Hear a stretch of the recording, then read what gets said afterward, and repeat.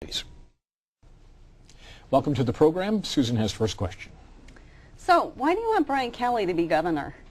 Brian Kelly? We don't want Brian Kelly to be governor. Would be if you recall Rick Snyder, though. That's not true. What happens is there would be a general election in November. There would be an up or down referendum in November. Kelly would be governor for 3 months. Right. And then there would be a special election in February of 2013. Well, let's cut to the chase. So he will be governor for 3 months at least. Yeah, but we don't think Do you consider him to be more conservative than Snyder? In my opinion, he is, and we certainly don't want him to stay as governor more than those 3 months. So what's wrong with the governor? What's wrong with the governor? Well, let me count the ways. He's taken away money from, obviously, the 6 weeks of unemployment. He's, our belief anyway, he's harming children by taking away those unemployment, taking people off general assistance.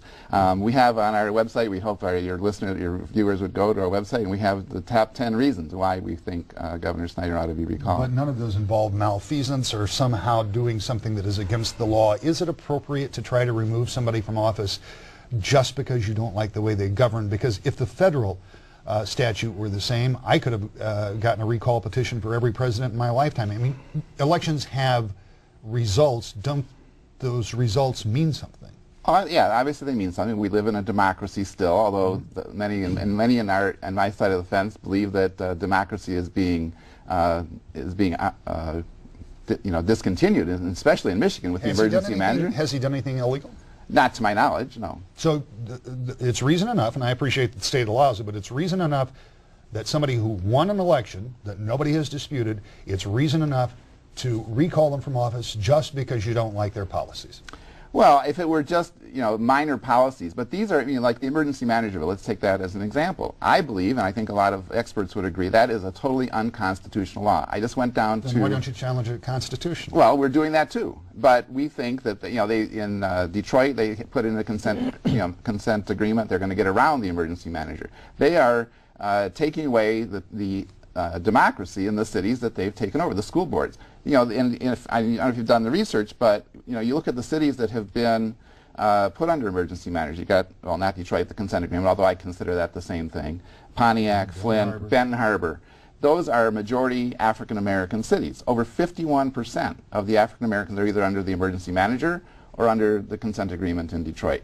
So no, he hasn't done anything illegal that we know of, that I'm aware of. But what does that statistic mean? Yeah, does that mean that the FM law is racist? Well, you can draw your own conclusion. Well, what's your conclusion? Yeah. My conclusion is there's a racial undertone to it. I'm not saying that they've looked at the cities that they're going to put under emergency managers and said, oh, there are African Americans here, let's put them under an emergency manager. What I am saying, though, that they're, from what I know, Ann Arbor is just as financially stressed as some of these other cities, and yet you don't hear anyone talking about putting an emergency manager. Can you flesh out the essence of your campaign here? Some people earlier tried to recall, and they folded their tent and left. How much money do you have in the bank?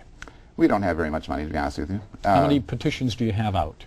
Well, we're just starting that on Saturday, so we don't have any as of this moment. Of course, this show is being shown next week, so we do have petitions in the field as of the time. How many organizers do you have in the field?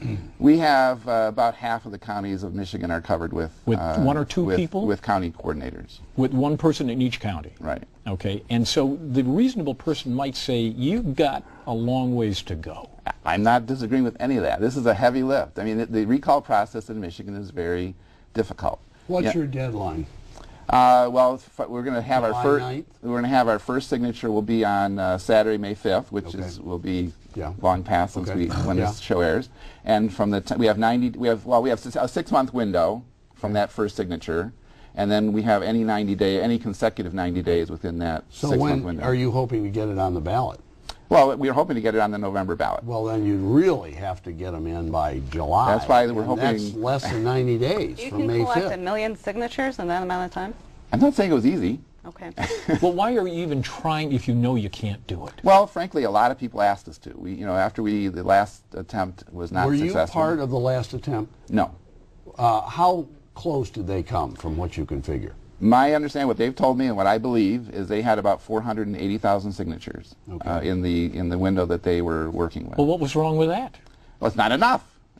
Well, you need why do you think you Did they can give do you that better? email list of people that signed up? Have I seen the list? Yeah. No.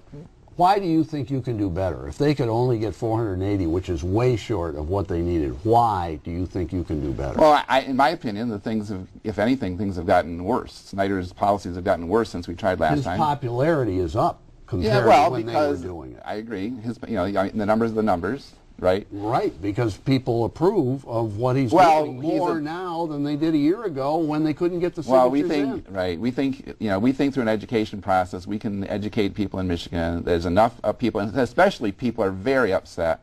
About 250 people signed the, 1,000 people signed the PA4 petitions, and yet it got turned around on a technicality, which is the font size issue, obviously. So you think people are going to take that out on Snyder? Well, I think they're going to be. People are upset. They're wanting somewhere to go. They're going to be upset, and I think they're upset because they're going to start seeing some of these policies put in place that Snyder has and the Republicans have put in place. People, what people? In regard to people are upset. Well, I think that you keep saying people. I think the people that live in the state of Michigan, they're being hurt. The people that are getting pensions are seeing the taxes on their pensions. The children and the parents are sending their kids to our public schools are seeing the class sizes increase. You're seeing all kinds of effects, from the big shift of wealth. You talk about wealth redistribution. There was a huge redistribution of wealth under the Snyder plan, and it went from the poor people to the rich people. And I think with the advent of the Occupy movement, people are becoming more and more aware of the income inequality and the harmful effects of income inequality on our economy and on our society. Who do you want to be governor? If I had my druthers, Gretchen Whitmer. Is she working with you on this? No. Won't your effort take time and money away from things like trying to win back the House for Democrats and some of the pro-Democratic or labor ballot initiatives out there? Why not focus on things that might have a shot? Well, you're assuming in your question that this doesn't have a shot, and I'm not willing to accept that premise. First of all, I am. 1 million signatures minimum. That's what they said. High bar. I agree, it's a high bar. That's what they said in Wisconsin. My daughter lives in Wisconsin. They have much different recall laws. I agree. I'm not saying they also have organized labor. labor. You might answer one question Go before you ahead. start another. It's a heavy lift. I agree, and but we think it's doable, or else we wouldn't be doing it. Well, have you made any overtures to organized labor for some money? We have talked to them. We have. Who have you talked to? I was not involved in the meetings. I don't know who we've talked to. Well, then how do you know there was talk? Well, we have a very tight-knit group of leaders in our group. Okay, and well, they has have the had some tight-knit group told you who they talked to? No, I don't know any Who are names. the communications director? I don't know the names, Tim. All right, well, then, but you think there's been some overture to labor? But not, they're not serious ones. We're not anticipating labor being involved at this point. What we might anticipate is if our rally that has already happened when this show is airing, we had a big turnout. We had a lot of volunteers step forward. They see that there's money coming in. They see that this is a well-organized, serious effort. We would hope that we could have some conversations with labor at that point. But you have to prove that you're viable. Well, it's just like just like a candidate. When a candidate comes into a campaign and they want to run for Congress or whatever, no one takes them seriously until they look at the numbers and see how well they're organized, whether they put together a campaign. I believe we have. We've got a very good group of core people that have, we've done this before, but we're not political operatives. We're not professionals at doing this kind of thing. Isn't that part of the problem? You, by your own estimation, have about 50 people that are working on this campaign. You got about half the counties covered? Well, and there's other volunteers, and those are county captains that we're talking about. Okay, so let's double it. Say it's 100 people, and then you start to break down the number of signatures you get. I make no assumption one way or the other, but I can do math.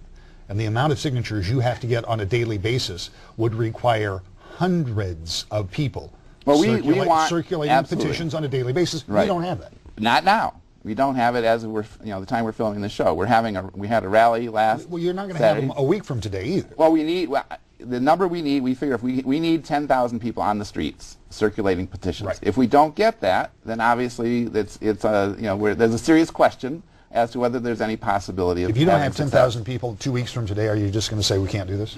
There will be a point where we'll make that decision, and it won't be very far down. I'm not saying it's going to be 2 weeks. It won't be very far down the road because we're not going to mislead people.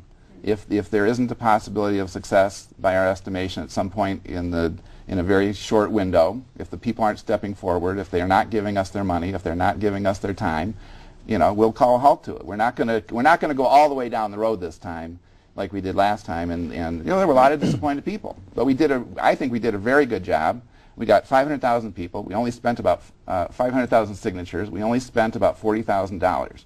So, and we didn't have any. You weren't involved in that effort. I wasn't.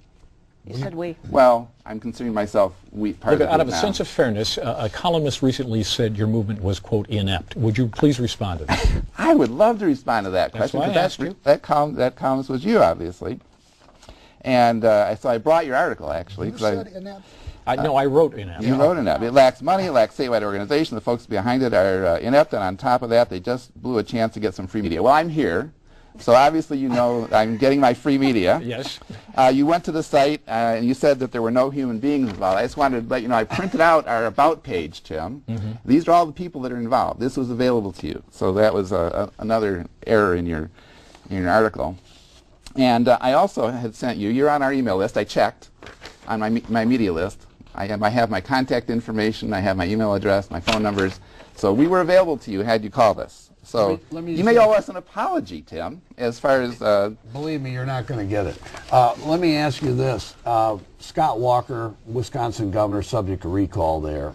Do you think that Governor Snyder and the Republican legislature have done just as much damage to organized labor, to public employees, to the rank-and-file citizenry here in Michigan as Walker and the Republicans in Wisconsin have done? He may have done more. I think he's doing it a different way. Obviously, Walker dropped the bomb, and he wanted to get rid of, collective bargaining for all public employees. I think Snyder's going about it in a different way. I think the way he's going about it is through his emergency managers, because when the emergency managers go in, they're basically dictators. They have gotten rid of contracts. They fired city councils, basically, or taken away all of their power.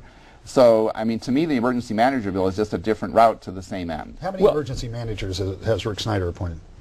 I'm not sure of the number. I know there's Flint, Pontiac, well, not Detroit, because that's going to be a council. Wouldn't his people argue that when he went into Detroit, if what you said is true, why did he do a consent agreement to avoid the emergency manager? Well, that's a good question. My belief is that he did it because he was afraid that the PA4 petition recall would be successful, the referendum would be successful, it would be on the ballot, and that would render the emergency managers null and void, basically, for at least until there was So you would election prefer the state? Would you just prefer the state say, okay, Detroit, okay, Benton Harbor, okay, Pontiac, okay, schools, you're on your own?